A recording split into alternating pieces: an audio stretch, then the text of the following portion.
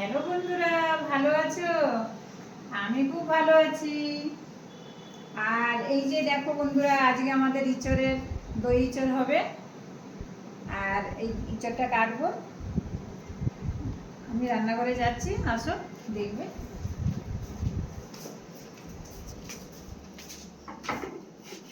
এই ইঁচড়টা কাটবো। তেল মেখে নিয়েছি, এখানে একটু নুন আর হলুদ দিয়ে দিয়েছি, একটু তেল দিয়ে দিয়েছি।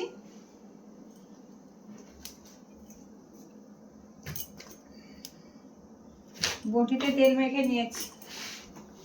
হোস্টেলের কাজ তো একটু অনেক কিছু আমি একটু আগিয়ে রাখি।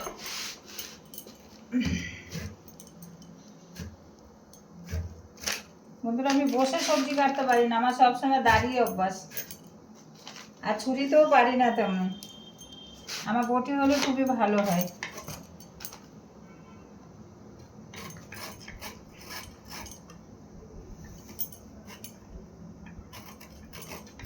ছোটবেলা থেকে বাড়ির সব জিনিস খেয়ে মানুষ হয়েছি আমরা। পুকুরের মাছ, ঘরের চাল, এইসব ইঁচড় সবই বাড়ির হতো। বাপের বাড়ি ছোট থেকেই আমরা ওইসবই খেয়ে মানুষ হয়েছি, কিনা জিনিস কমই খেয়েছি বন্ধুরা। এই ইঁচড়টা কাটছি, এই যে জলে দিয়ে দিলাম।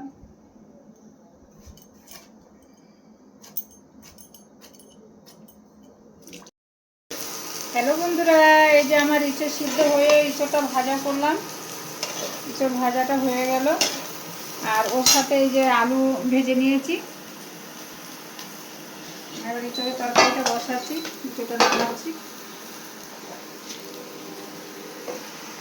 বন্ধুরা, ইন্ডাকশনে রান্না করছি তো ওই জন্য বেশি কিছু বাসনপত্র বের করতে পারছি না। আর স্টিলের কড়াইটা দিলেই পুড়ে যাচ্ছে। জিরে দিয়ে দিয়েছি,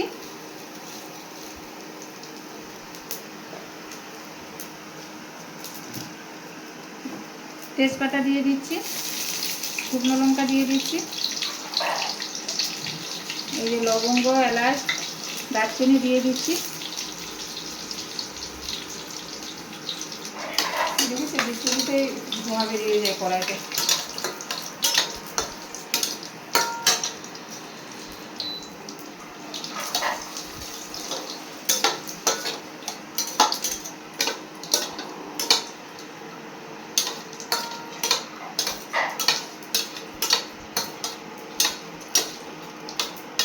ইঁচড়টা সিদ্ধ করে ভেজে দেবেন, মাংসের মতন মনে হবে। এই পেঁয়াজটা দিয়ে দিচ্ছি।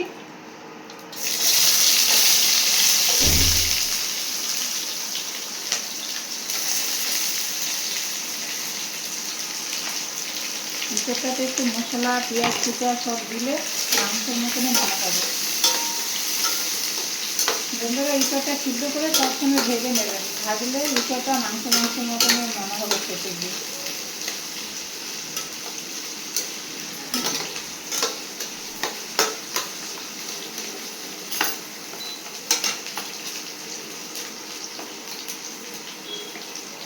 এখানে আদা বাটা, রসুন বাটা, পেঁয়াজ বাটা একসাথেই করেছি, এটা দিয়ে দিচ্ছি।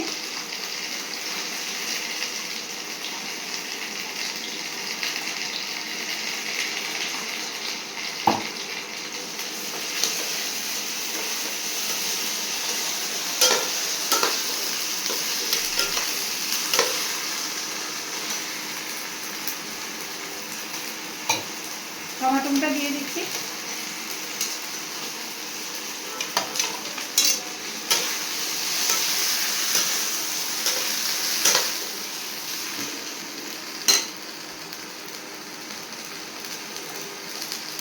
হলুদটা দিয়ে দিচ্ছি।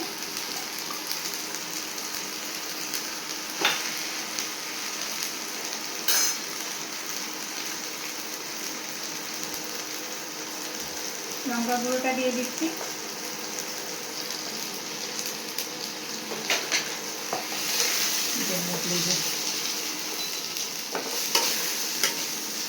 ভালো করে রান্না করতেই পারছি না।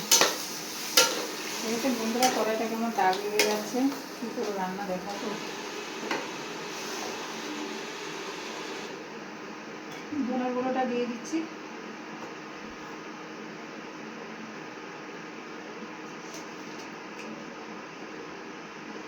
কাশ্মীরি গুঁড়ো দিয়ে দিচ্ছি।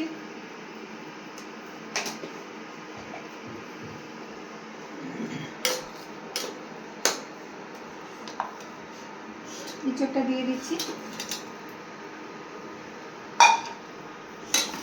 আলুটাও দিয়ে দিলাম।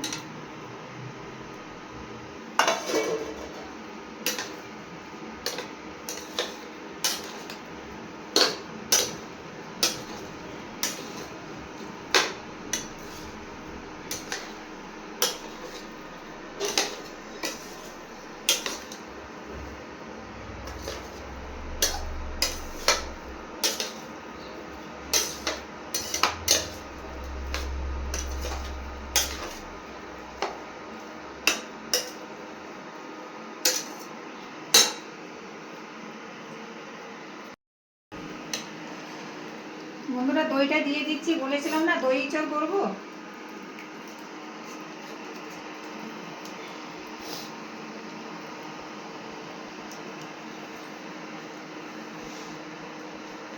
তার সঙ্গে একটু ঘি দিয়ে দিচ্ছি।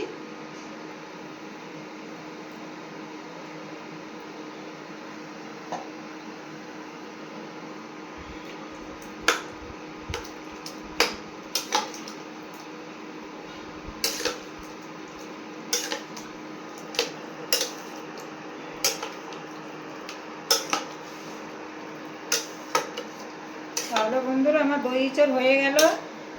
এরকম করে বাড়িতে দই ইঁচড় করে খেয়ে দেখবেন।